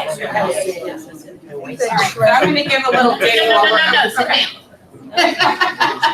down. Let me go back. Okay, agent supplies. So it's here under supplies. It's under, go to agent supplies. Agent supplies. Why is it under business? Scroll down, scroll down, scroll down, scroll down. Here. Purge boxes, these boxes. If you want 6, that's fine. If you're throwing away 6 boxes of papers and stuff you don't need, but click 1, 2, 3, 4, 5, 6. That you can't go in and change the number you need. You just have to click to how many you need. Please do that so that they can start distributing these boxes and getting them to you so that you know. July 1st or July 12th, write this date down. July 12th is the final day that we're having the truck come to haul away all your trash when you purge. Okay? July 12th. July 17th. When you move, what we are moving for you goes into a moving crate. It's not like these little purge boxes. This is a huge crate, 28 by 18 by 12, and they're the kinds that have the tops that accordion and attach on top, close on top. They're huge plastic crates that they stack on top of each other, and the movers will move 6 at a time on a dolly and roll them out. The moving crates are going to be dropped off at your office on July 17th. Now, I will tell you, these movers are commercial movers, and I'm going to use myself as an example. I carried this Belite base back from Ireland. It has my flowers in it on my desk, and it has cute little butterflies on it. On the plane from Ireland to Houston, I'm not letting these commercial movers move my base. So anything you are worried about, Eloise, my cow painting, she's not getting moved by the movers.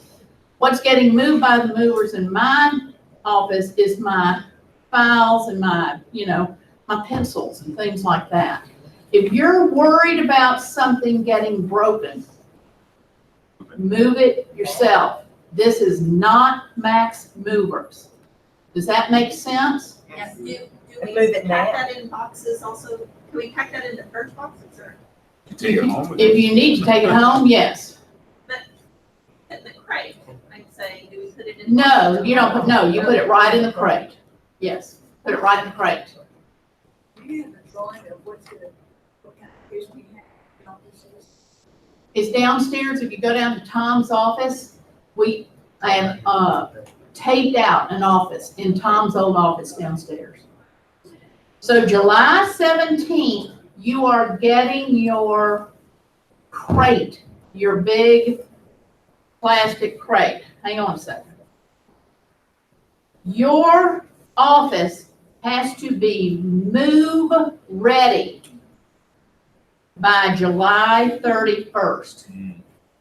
July 31st. That means your crate has to be packed, your personal items have to be out, and all of your keys and your access cards can be placed on top of your desk. Because July 31st is the last day for you to be in this office. So if you want, so if you want it out, you need to have it out by July 31st. Your office is move ready by July 31st. Now, y'all, oh God, you don't touch the computers. You're doing that. Y'all, if you leave it in the office after July 31st, do not call me. Don't call Paul. Don't call the Robins and say, oh gosh, go pack up my drawer. I forgot to get that one drawer. After July 31st, if it is left in the office and it is not packed in your crate that is going to be labeled and closed, it's going to be what? Trash. That's right. So if you leave your sweater there, it's going someplace. Does that make sense to everybody? Yeah. Okay, good. Okay, when are the moving crates being dropped off? July 17th. When is the final purge day, pickup day? July 12th. That's the last day we're gonna come haul off all your trash. August 6th and August 13th. Because we will be in the middle of moving, we are not going to have office meetings. Okay? We are first going to get the employees in the building, and that is literally, Paul's gonna have them in overnight. And we're gonna get them up and running and make sure they are doing your work and getting busy, keeping y'all going. So the agents, unfortunately, you will not be able to get into any office between July 31st and August 12th. Just know you can go to Memorial and work out of Memorial. You can work at home. You can work anywhere, but you will not have an office to go to. Does that make sense? July 31st to August 12th. All this will be in the minutes. We're gonna send it to you. Now, we are going to bring the agents in because there are so many of you. We're gonna have to bring you in groups. I can't kill John Hay and Andrew Lewan with all of y'all converging on one day into that office. Does that make sense? So we will let you know as to how we're going to do you, but we're going to start bringing you in on August 12th, and we're going to stagger. We're even staggering the employees. We can't have every employee show up and, we're going to have somebody come in at 8. We're going to have some people come in at 10 so that we can get them set up and working. So y'all are going to be staggered also, starting August 12th. And we will let y'all know when you're going to be in, okay? When to come. What about people on vacation? Will they still move them in? That's why I'm giving you these dates. Yeah. Their stuff is going to be there, but it's just not going to be unpacked. It won't be unpacked. Yeah. But I meant the But I will tell you, there is going to be a deadline because these packing crates, these big packing crates, they're plastic and they are rented. So there is going to be a deadline for you to get those unpacked and shipped back. We don't want to buy any plastic crates, So hopefully, if you know you're gonna be out of town, you'll have a working partner or somebody, just put it on your desk, come put it on your desk. On August 13th, we're gonna have another group of agents. We're gonna divide y'all as agents between August 12th and August 13th. Okay, but you will be working from home between July 31st and August 12th. Correct, 12th or 13th. On your desks, when you move in, we're going to have your access cards. Now, to get into the office, into our office on the 16th floor, you will always have to have your access card. That's the only way you can get in on 16. On 17, Lucy will be open, normal hours, 8 o'clock. So you get off the elevator, you walk down, and there's Lucy. Lucy will be open, but to go into the back part of the office, you will have to have your access card.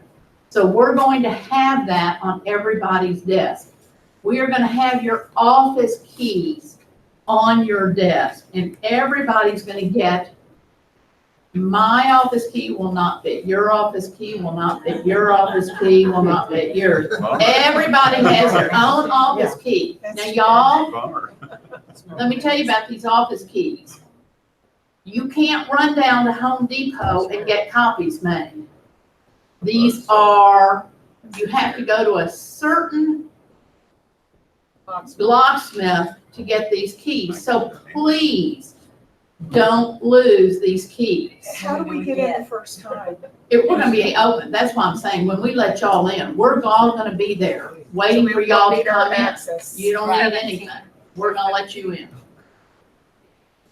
August 20th is the first sales meeting at Amaging. August 20th.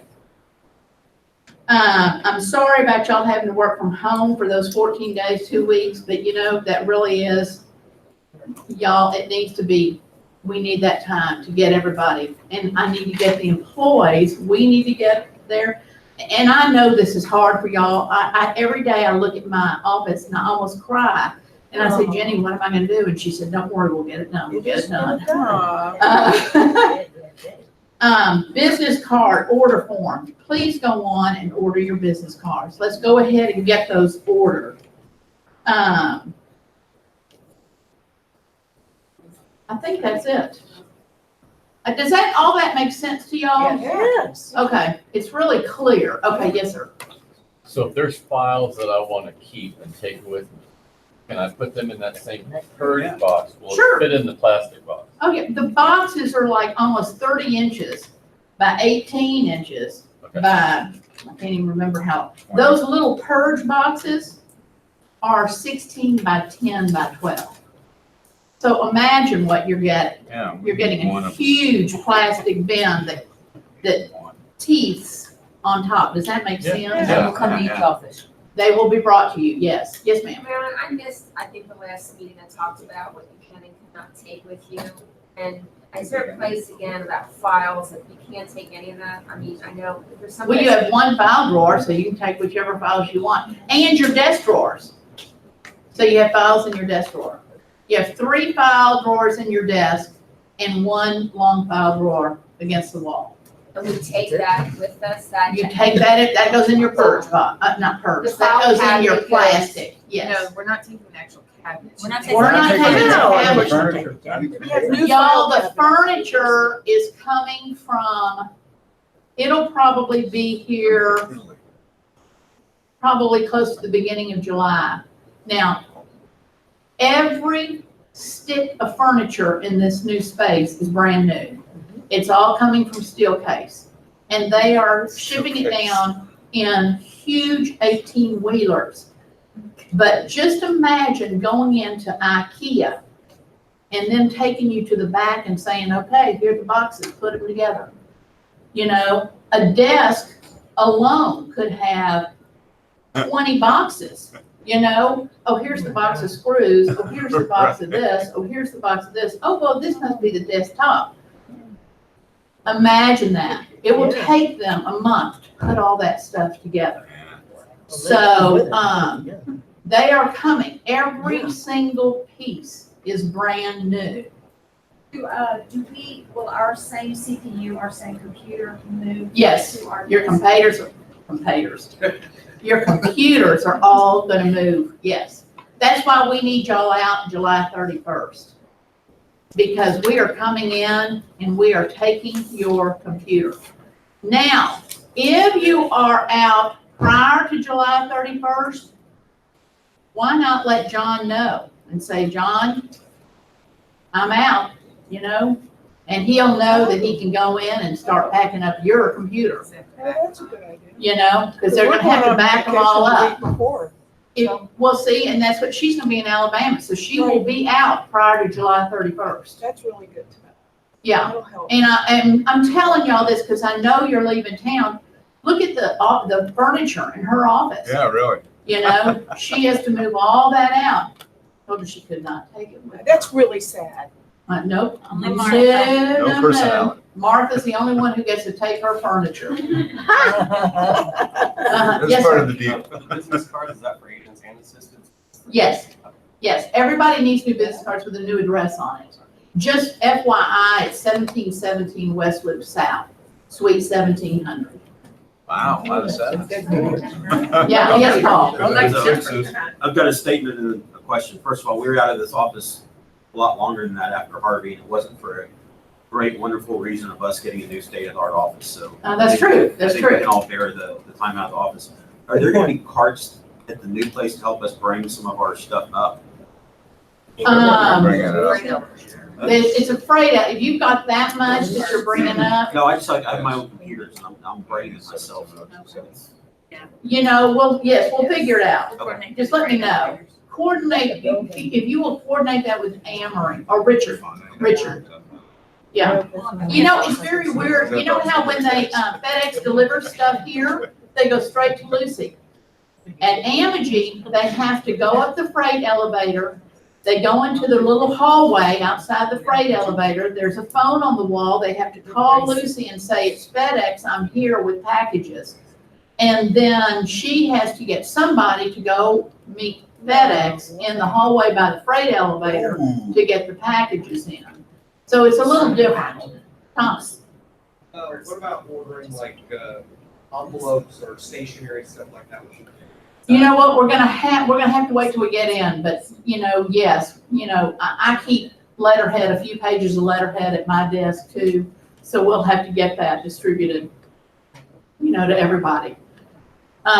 You know, it's all those little things like that that are just, oh my gosh, I can't believe that, you know, we've been here for so long. Yes, ma'am. With the stationery, can you just do a downloadable template if we need it? Once we're in, can we just print it ourselves? There's downloadable Letterhead. Is it, well, not with the new address? Well, so change it. Yeah, once we're So we in. can change it. Yeah, we'll get all Yeah, that on the hub. we'll get all, I promise you, you will not be down but a few days. Yeah. Marlene? When I'm looking at home files, I get rid of the old, and I just take my files and box file. Yeah, sure can. Yeah.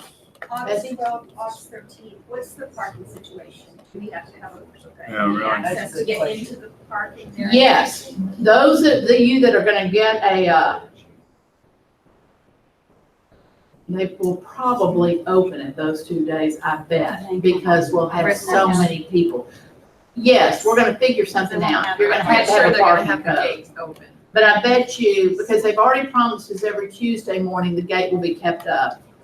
So I bet when they realize the agents are moving in the 12th and 13th, Keep those open. they'll leave the gate open. But you know what? The employees are gonna need it before that. So we'll figure it out. We'll figure it out and let you know. Is there a parking level for us? No. Just keep going past the visitor, and once the bar opens, you can park anywhere. Just have to remember where it is. Well, you do have to remember where it is, Yeah. right? Take a picture here.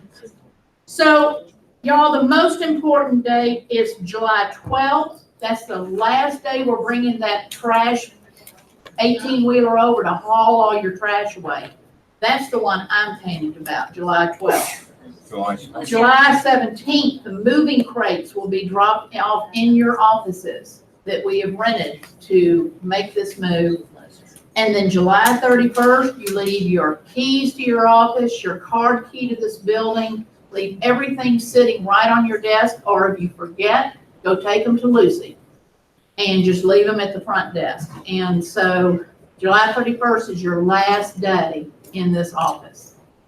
One last question. I thought we talked about one time the sneak peek. To go over there and just visualize space. What we're planning right now is we are gonna have, prior to y'all moving in, we are gonna have a sneak peek for y'all, for all of our agents to come see, just our agents, to come see the office space, and staff, yeah, just MTSR people to come see it.